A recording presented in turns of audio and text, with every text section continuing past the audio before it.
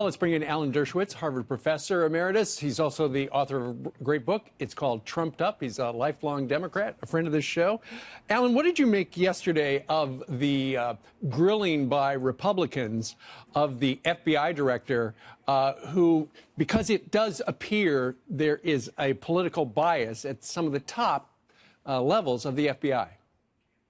Well, first of all, I want to wish everybody a Merry Christmas and a Happy Hanukkah. I wish I were back on my university campus so I could help Christians celebrate Christmas, Jews celebrate Hanukkah, and Muslims celebrate their holidays. Let's celebrate every holiday and wish everybody good tidings on every day.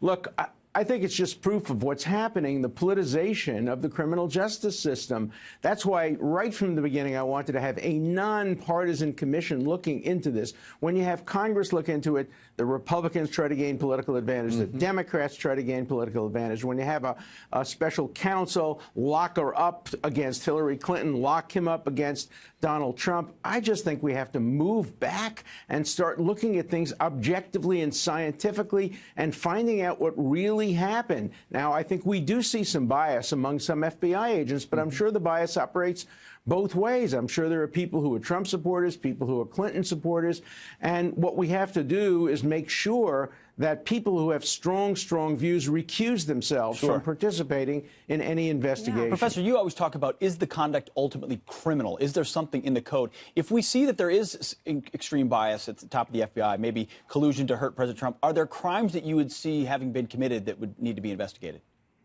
No, I don't see crimes. I see ethical violations that the Justice Department or the FBI might want to look into. But you remember that old ad on television that used to say, "Where's the beef?"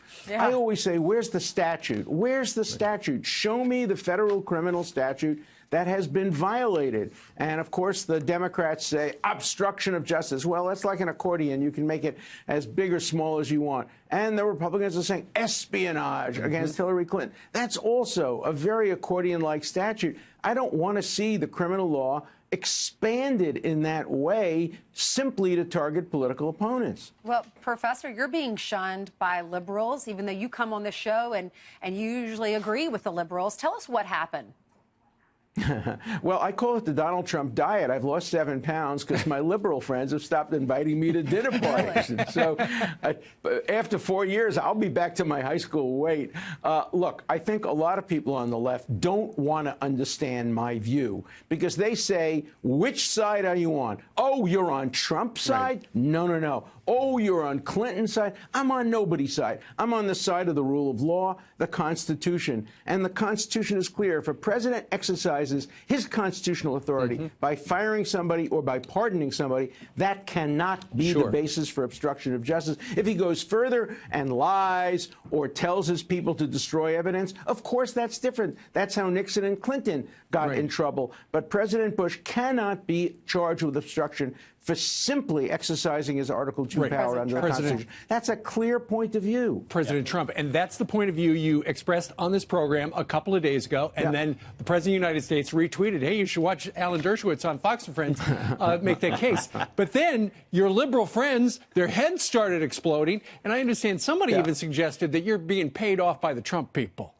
Oh, yeah, no, I've been paid off, and I want to be a Supreme Court justice at the age of 79. Look, I'm also being attacked for my article yesterday saying that Trump was right in recognizing Jerusalem, and Obama was wrong when he engineered a resolution that would have changed the status quo by saying all of Judaism's holy places are now illegally occupied territory. I'm being criticized for that by people because that's what Trump said, and if Trump said it, that means Dershowitz can't say it because that means Dershowitz is on Trump's side. I'm on the side of justice and fairness. You know, when you try to call balls and strikes, you'll offend and frustrate somebody all the time, which is the world that you're living in right now. So we appreciate you coming on and giving us your take. Yeah, I appreciate that. Just Thank do what you. we do. Don't read it.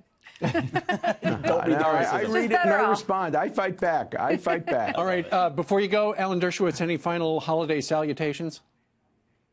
Well, you know, it's a great holiday season. I think Christians ought to be encouraged to celebrate Christmas, Jews to celebrate Hanukkah. Every religious group in America is free to celebrate their holidays, and we shouldn't be hiding from the fact that America is a very religious country because we have separation of church and state. That's why religion thrives in America. Countries that don't have separation, antagonism is caused. That's why I'm opposed to Roy Moore, among other reasons. He doesn't believe in separation of church and state. Well, happy Hanukkah, sir. We appreciate having him. Thank you so much. Happy Hanukkah, Merry Christmas. You got it. Thank you. Too.